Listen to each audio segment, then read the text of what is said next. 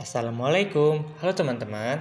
Kali ini kita akan membahas mengenai daur biogeokimia. Nah, sebelum hubungan kita lebih jauh, kita harus tahu dulu nih apa itu biogeokimia.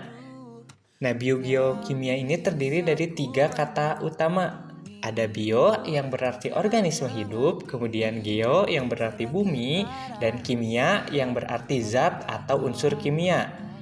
Nah, jadi biogeokimia ini siklus zat kimia dari bio ke geo atau dari geo ke bio, memutar membentuk daur. Nah, secara ekologinya itu dapat diartikan sebagai kajian tentang daur atau peredaran materi secara timbal balik antar komponen hidup dan komponen tidak hidup. Di dalam biosfer terdapat kurang lebih 90 unsur kimia, yang mana 30-40 diantaranya sangat penting bagi kehidupan. Nah, sekarang kita masuk ke pengertian daur biogeokimia. Daur biogeokimia adalah proses alami yang mengatur sirkulasi unsur kimia esensial bagi kehidupan melalui komponen abiotik dan biotik dalam ekosistem, memastikan akses berkelanjutan dan mencegah penumpukan atau pengurangan unsur yang dapat merusak ekosistem. Selanjutnya ada komponen utama dalam daur biogeokimia. Nah, biogeokimia ini memiliki 4 komponen utama. Yang pertama itu ada atmosfer, yang merupakan lapisan gas yang menyelimuti bumi, berfungsi sebagai reservoir nitrogen, karbon dioksida, dan oksigen yang berpindah ke biosfer dan litosfer. Misalnya, tumbuhan menggunakan karbon dioksida untuk fotosintesis. Yang kedua itu ada hidrosfer. Hidrosfer ini mencakup semua perairan di bumi seperti lautan dan danau yang berperan dalam siklus karbon, oksigen, dan fosfor, serta menyediakan media bagi unsur-unsur yang larut dan tersedia bagi organisme akuatik. Yang ketiga itu ada litosfer. Litosfer adalah lapisan kerak bumi yang menyimpan mineral dan unsur dalam bentuk padat seperti fosfor dan sulfur, yang dilepaskan melalui pelapukan batuan untuk tersedia bagi tumbuhan. Dan yang terakhir itu ada biosfer. Biosfer ini mencakup semua organisme hidup di bumi yang menghubungkan dan memfasilitasi pergerakan unsur antar kompartemen, dan tumbuhan dan bakteri berperan penting dalam siklus karbon dan nitrogen. Yang selanjutnya ada proses utama dalam daur biogeokimia. Yang pertama ada fotosintesis, proses di mana tumbuhan mengubah karbon dioksida dan air menjadi glukosa dan oksigen menggunakan energi matahari. Yang kedua ada respirasi, proses penguraian glukosa oleh organisme untuk menghasilkan energi karbon dioksida dan air. Yang ketiga ada fiksasi nitrogen, proses konservasi nitrogen atmosfer menjadi amonia untuk bakteri untuk digunakan tumbuhan. Yang keempat ada dekomposisi, proses penguraian sisa organik oleh mikroorganisme yang mengembalikan unsur ke tanah. Dan yang terakhir ada pelapukan, proses pemecahan batuan yang melepaskan unsur mineral ke dalam tanah. Kemudian ada materi utama kita yang kedua, yaitu daur biogeokimia utama. Nah, seperti yang kita tahu, energi mengalir searah dalam ekosistem sebagai sinar matahari dan keluar sebagai panas, sementara materi didaur ulang.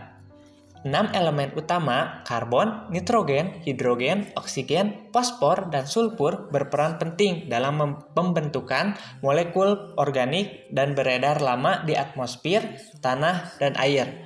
Proses geologi seperti pelapukan dan erosi mendukung siklus ini, yang disebut siklus biogeokimia. Unsur-unsur ini digunakan organisme untuk berbagai fungsi vital seperti karbon dalam molekul organik, nitrogen dalam asam nukleat, dan fosfor dalam membran sel, saling terikat melalui pergerakan air dan siklus mineral antara komponen biotik dan abiotik.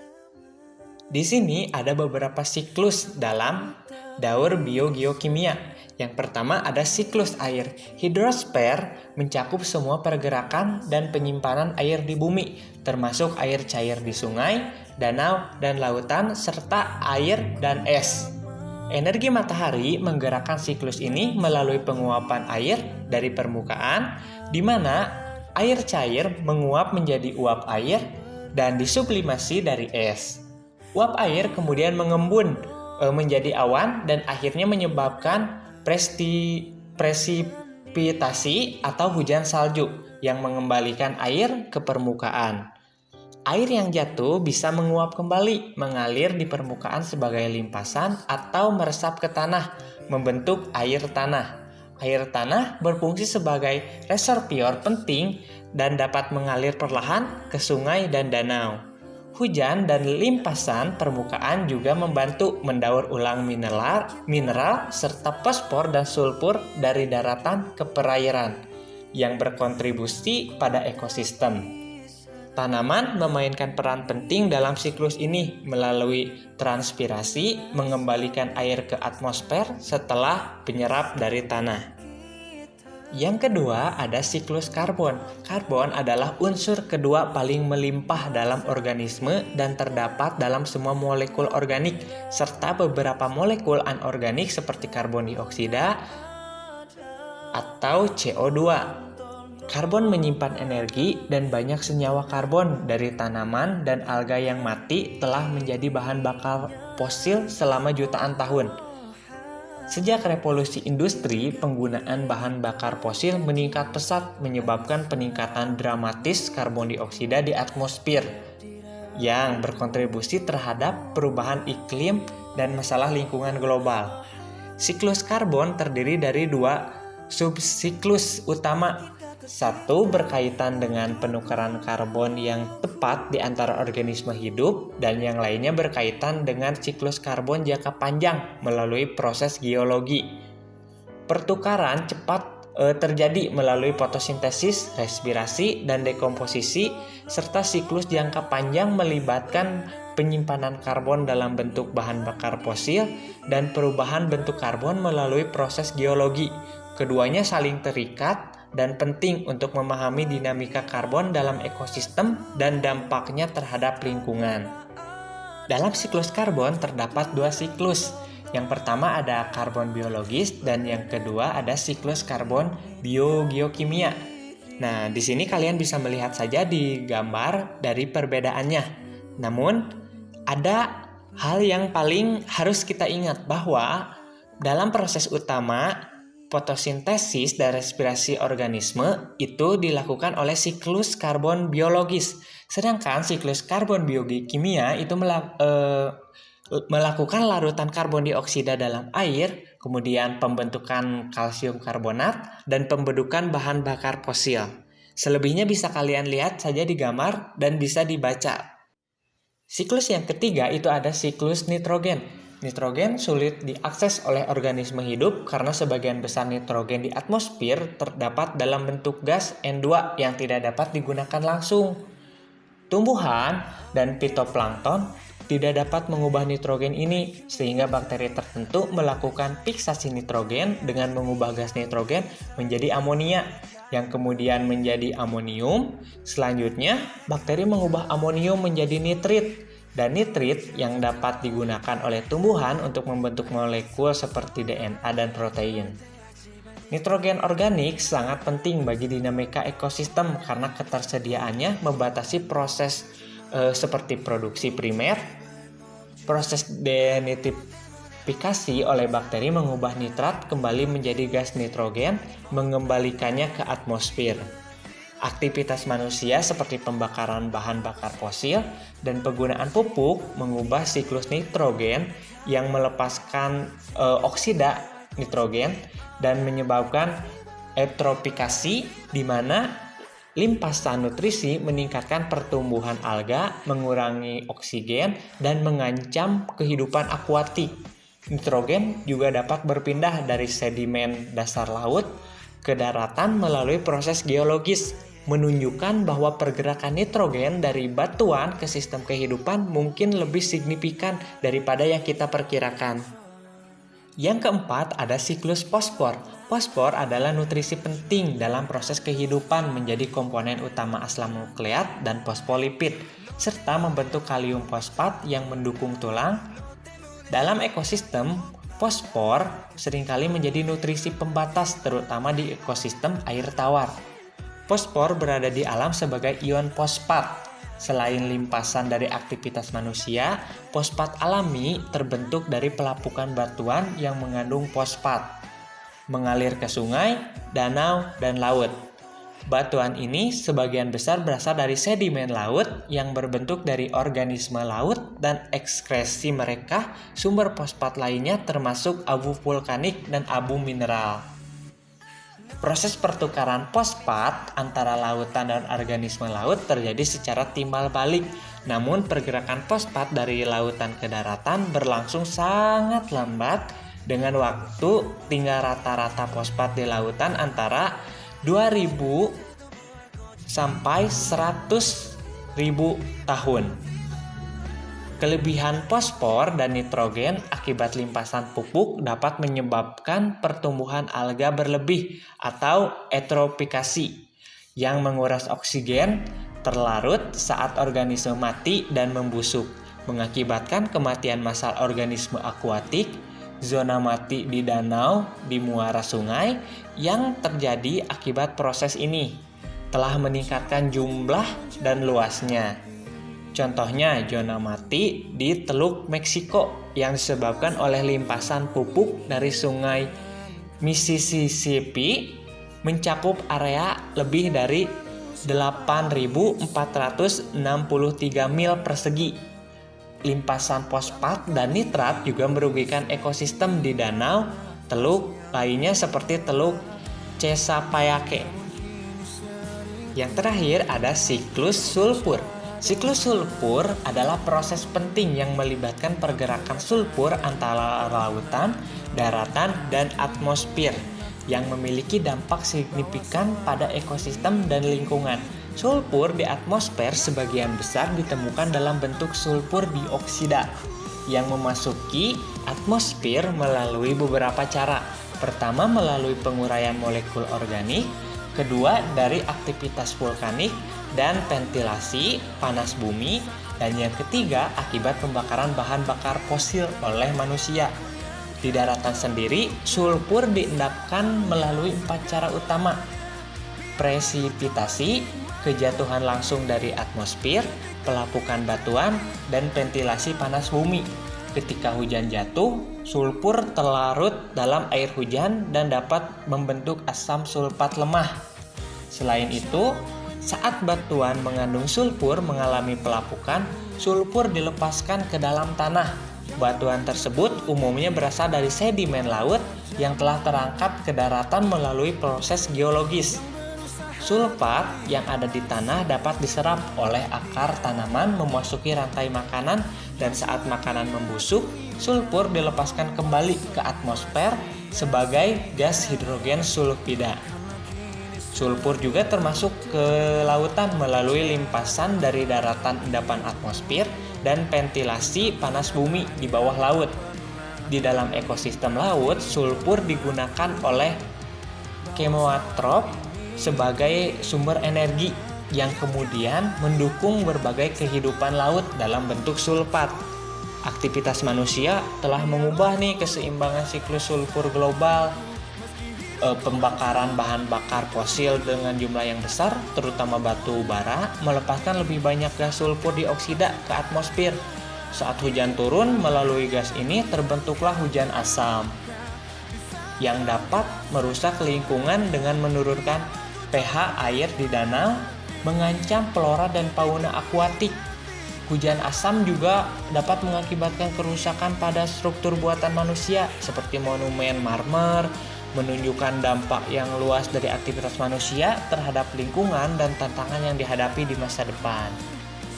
Materi utama ketiga kita ada mengenai tentang pengkajian kuantitatif daur biogeokimia. Nah, di sini bisa dilihat oleh kalian di gambar Yang pertama itu laju perpindahan unsur dari suatu komponen ke komponen lain lebih berperan dalam penentuan struktur dan fungsi ekosistem dalam jumlah unsur yang terdapat pada suatu ekosistem. Kemudian, konsep daur ulang atau turnover sangat penting dalam mempelajari atau membandingkan laju pertukaran unsur pada berbagai komponen dalam suatu ekosistem. Daur ulang adalah perbandingan antara materi yang beredar dan yang terkandung dalam suatu ekosistem. Kemudian, daur ulang waktu yang diperlukan untuk mengganti semua unit senyawa yang terdapat pada suatu komponen. Sebagai contoh, jika 1000 unit senyawa terdapat di dalam komponen dan 10 unit senyawa keluar atau masuk dalam setiap jam, maka laju daur ulang itu 10 per 1000 atau sama dengan 0,1 per jam atau 1% per jam. Kemudian waktu daur ulang. Waktu daur ulang kita balik angka yang tadi dari 10 per 1000 menjadi 1000 per 10 yang berarti 100 jam. Kemudian yang kedua itu ada kajian kuantitatif dari siklus biogeokimia. Nah, lihat di gambar yang kedua yang ada tulisan danau berwarna merah. Nah, pada umumnya waktu daur ulang air dan unsur pada suatu danau kecil atau dangkal hanya memerlukan waktu beberapa hari atau minggu. Sedangkan untuk danau yang lebih besar memerlukan waktu sampai berbulan-bulan. Oke, masih di kuantitatif dari siklus biogeokimia. Nah, di sini ada poin 1 itu menjelaskan mengenai peredaran unsur tidak kontinu dan tidak linear. Kemudian ada 2 gudang fosfor atau yaitu sedimen dan detritus. Kemudian ada 3 komponen paling aktif yaitu air, kemudian spartina atau rumput rawa dan organisme pemakan detritus. Dan yang keempat itu ada 2 koefisien variabel yaitu D, T, dan CT. Koefisien ini mengikuti siklus musim dalam pelepasan fosfor. Pada musim panas, fosfor diserap oleh akar rumput-rumputan dan dalam zona anaerob atau jenuh, angka dalam kotak menunjukkan cadangan tetap atau standing stock dalam miligram P per M kuadrat. Kemudian, angka pada panah menunjukkan aliran dalam miligram P per M kubik per hari. Dalam angka kurung menunjukkan variabel transfer rata-rata. Dan terakhir itu ada peran daur biogeokimia dalam keseimbangan ekosistem. Daur biogeokimia berperan penting dalam menjaga keseimbangan ekosistem dengan memastikan unsur-unsur penting tersedia dalam jumlah yang cukup. Proses ini mendukung fungsi ekosistem dan membantu mengatur iklim global dengan mengontrol konsentrasi gas rumah kaca seperti karbon dioksida dan metana. Namun, aktivitas manusia seperti pembakaran bahan bakar fosil, deforestasi, dan penggunaan pupuk kimia dapat mengganggu daur ini, yang dapat mengakibatkan perubahan iklim, eutrofikasi, dan penurunan keanekaragaman hayati.